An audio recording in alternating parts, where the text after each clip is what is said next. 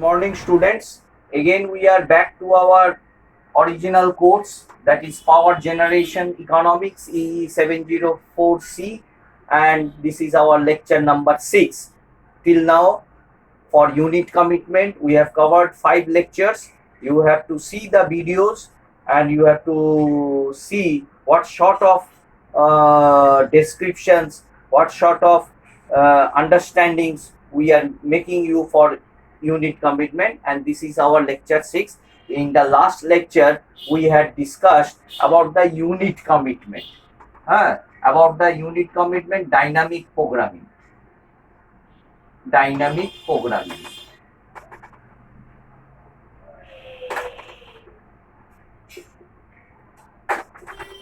Dynamic programming. So, dynamic programming solution methods for the unit commitment solution method. So, if there are n number of units, how many possible combinations you have to get? 2 to the power n minus 1. That is, you are very much clear. 2 to the power n minus 1. And we have solved one problem with 4 number of units. And we have seen that first we have taken 1 and 2 combination of first we have taken unit 1, then 1 and 2, then 1, 2 and 3 at a time, then 1, 2, 3, 4, and we have applied the dynamic programming solution method. So the basic formula for the dynamic programming, again I am repeating, Fnx is equal to minimum of Fn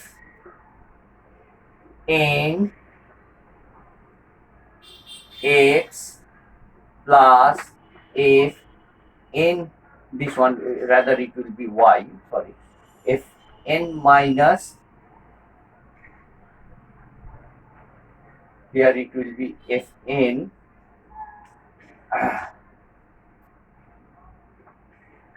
here it will be Fnth, rather you can say Fnth, n minus this one and x minus y. The remaining n number of units. This is your nth, and the n minus 1, rather f minus 1 x. So this is the basic formula for your dynamic programming solution method. So this f, again I am repeating, this f, capital F, is your cost, the total cost for 4 units. Suppose you are being given with the 4 units. So what you will be writing here, for the 4 number of units, for the total 4 number of units, if the megawatt is suppose 10, you have to write like this, x is equal to load. Your load is suppose your 10 megawatt. If the load is 10 megawatt, for the load of 10 megawatt, minimum of, now this is also a cost, which one you have to take for the 4th unit. For the 4th unit, suppose the load is 0. For the 4th unit, if the load is 0 plus, and if the 4th unit is taken, the how many remaining units are left? So 3 number of units are left. So if the total load is 10 and if the 4th unit takes 0 megawatt, so what is will be the remaining? 10 minus 0. 10 minus 0 megawatt. So minimum of all the values. So what will be the next one? F4 1 plus F3 9. Similarly, F4 2 plus F3 8. F4 3 plus F3 7. So all the possible combinations you have to see which one is the minimum. So minimum of all the sets of the combinations. Have you understood? So the basic formula is this one, the cost function. This is your DP, dynamic programming. By the dynamic programming solution, if the 4 number of units are there, you have to take first the first unit, then 2 units at a time, that is unit 1 and unit 2. This is your unit 1. This is your unit 1. Then 2 units at a time, unit 1 plus unit 2, unit 1 plus unit 2, unit 2, then 3 units at a time, unit 1 plus unit 2 plus unit 3. Then finally, therefore, this is the final stage, 4 units at a time, unit 1 plus unit 2 plus unit 3 plus unit 4. So, final solution for that load of 10 megawatts, you have to see which one out of these combinations, which combination is the minimum. So first one is F40, fourth unit, and the remaining, if the fourth unit is taken, so how many remaining units are there? So total number of units are 4. If the fourth unit is taken, so this is your first, second, third, fourth. If the fourth unit is taken, now how many remaining units are there? So 3. 1, 2, 3. So 3. If the fourth unit takes 0 megawatt, out of total load is 10 megawatt, then what is the remaining 10 minus 0? You have to see. So you have to calculate this value. F40 plus F310, F41, F39, F42 plus F38, F43 plus F37. Similarly, all the things you have to, here I am writing. Again, you have to calculate F44 plus F3 6, because 4 plus 6 10. Then F4 5 plus F3 5. Then you have to calculate F4 6. So this is increasing and this is decreasing. So this thing you have to keep in mind. F3 4. Then finally F4 5. F4 7. F4 7. F3 3. Then F4 8. F3 2. Then F4 9, means if the fourth unit takes the 9 megawatt, then F3 number of units left, that will be 1. Then finally F4 10, and all the 3 units have to take 0 megawatt. So all the possible combinations, these are the possible combinations. This is the first combination, the second, third, fourth, 5th, 6th, 7th, 8th, 9, 10, 11. Out of 11 combinations, you have to see which one is minimum. So let us think that this value is minimum. This value is minimum. Out of, we will calculate this one, and this is this value, this is this value. So still now, presently, if we go from the backward step to the first stage, we can't calculate because we don't know the F39 value. Again, we have to see. Now suppose this value. So from the beginning, you have to see from the first step. Now for explaining part, I am telling you this is the way. Now F39. How to again divide F39? You have to write like this. I am rubbing it here.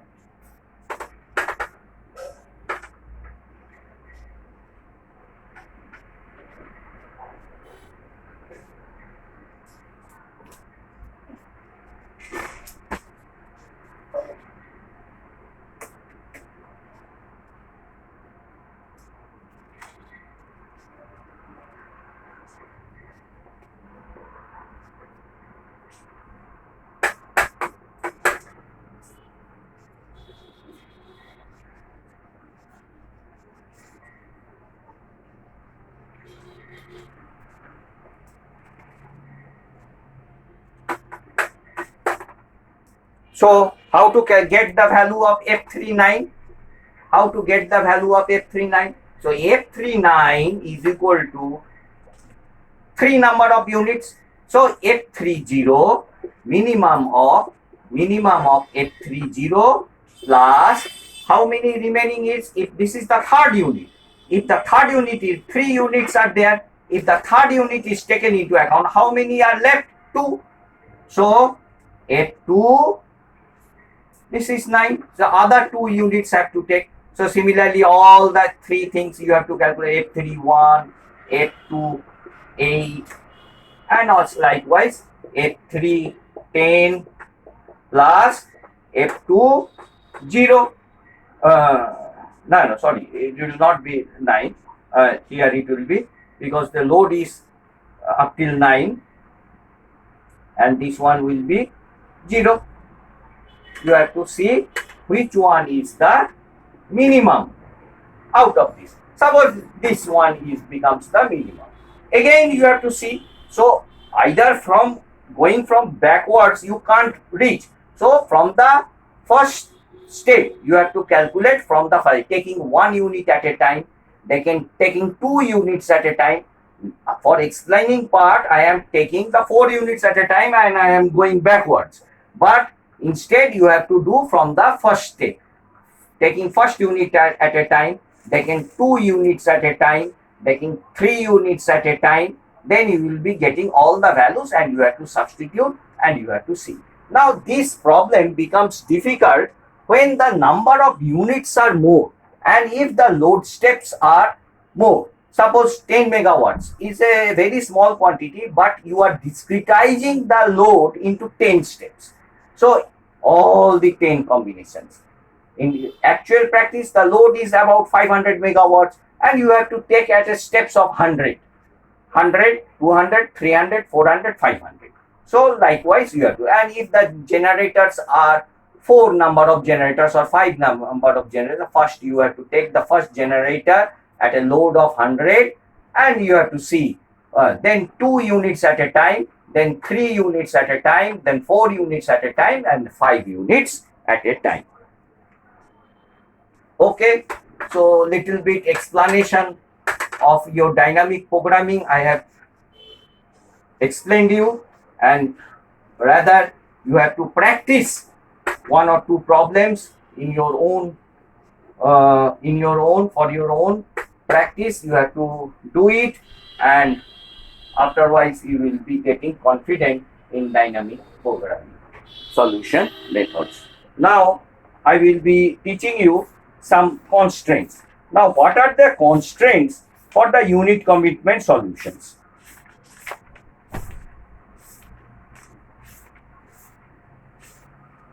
So all of you know that the basic constraints are the startup constraints, shutdown constraints, hydro constraints, must run constraints, crew constraints, spinning reserves constraints, power balance constraints. So all these constraints you have to take into account. So the thermal constraints also. So all these constraints you have to take into account, and you have to see the best solution methods, and out of the 5 generators, suppose the generators are 5 number of units are there, 1, 2, 3, 4, 5. You have to see which possible. So how many combinations you will be getting? 2 to the power 5 minus 1, that is 31 combination. Though 31 is very small amount, you have to see that which combination is the best. But the constraints here in the dynamic programming, we have taken only the cost characteristics, only the cost. But the number of constraints, as I have told, there are large number of constraints. In practical scenario, you have to see all the constraints. There is a hot start, there is a cold start, there is a startup constraint, ramp up constraints, ramp down constraints, spinning reserve constraints, crew constraints, thermal constraints, lots of constraints, power balance constraints, security constraints. So all these constraints, if you take into account, the problem becomes a very cumbersome, and you have to solve some solution algorithm methods. Dynamic programming is a very good solution method. You have to apply all the defined values of the generators, and you have to get the solution. Another method is that branch and bound. So this is a solution. Rather, you can see this is a solution of integer programming. Integer programming. Why integer? Why integer programming? Because the units, either it will be on stage, either it will be on or it will be off. So on means either it will be 1, and off means either it will be 0. So this is, or rather you can say it is a binary integer programming. Binary integer programming. So either you have to the person who is operating, he must be knowing that which generator to operate at a certain load. Suppose the load is 250 megawatts. In a throughout the day, 24 hours period, the load is varying, and it rises to a peak at a certain point of time, and again it decreases. So he has to forecast beforehand that if my load is this one, I have to run at that time this generator and this generator. So, and the other one will be under off stage. He has to know. So rather it is a binary integer programming, and you have to see the solution methods to binary integer programming. And this is also a rather you can say branch and bound algorithm, BB algorithm. Branch and bound algorithm.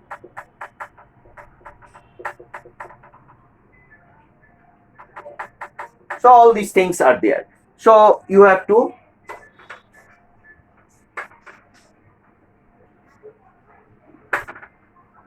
so one after another I will be telling you the definitions, and you have to write it down, and you have to note it down, and I will be explaining you. So first one is thermal unit constraints. Thermal unit constraints. Just have a look on this sort of constraints, and you have to know it. These are very easy also. So here comes one is minimum uptime. Minimum uptime. And number 2, here comes minimum downtime.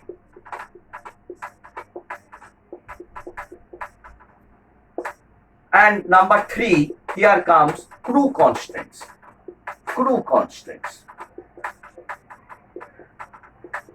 Now let me explain what is minimum uptime. So write down, during the minimum uptime, once the unit is operating, it should not be turned off immediately. So if the unit has started and suddenly the operator thinks to shut down this is not feasible. So if a generator is being operated, so it should run for a certain period of time. Let it be of 8 hours or 10 hours. Then after that, after half an hour, I should not shut down the constant. So there is some amount of minimum time for the plant or the generator to operate. So that is known as minimum uptime. So there must be a minimum uptime, maybe of 8 hours. It must operate. If it has started operating, we should not shut down. And if it has a minimum uptime of 8 hours, at least after 8 hours, we should shut down. So write down minimum downtime. So minimum downtime is the minimum time during which the unit is in down state. Once the unit is decommitted, there is a minimum time before it can be recommitted. So if the generator, suppose there are 5 generators, if the second generator has been under the down stage, if I am keeping it for down stage, keeping it off, if the second generator is being kept off for a certain time, it should not be operating after a period of time. Thank you, students.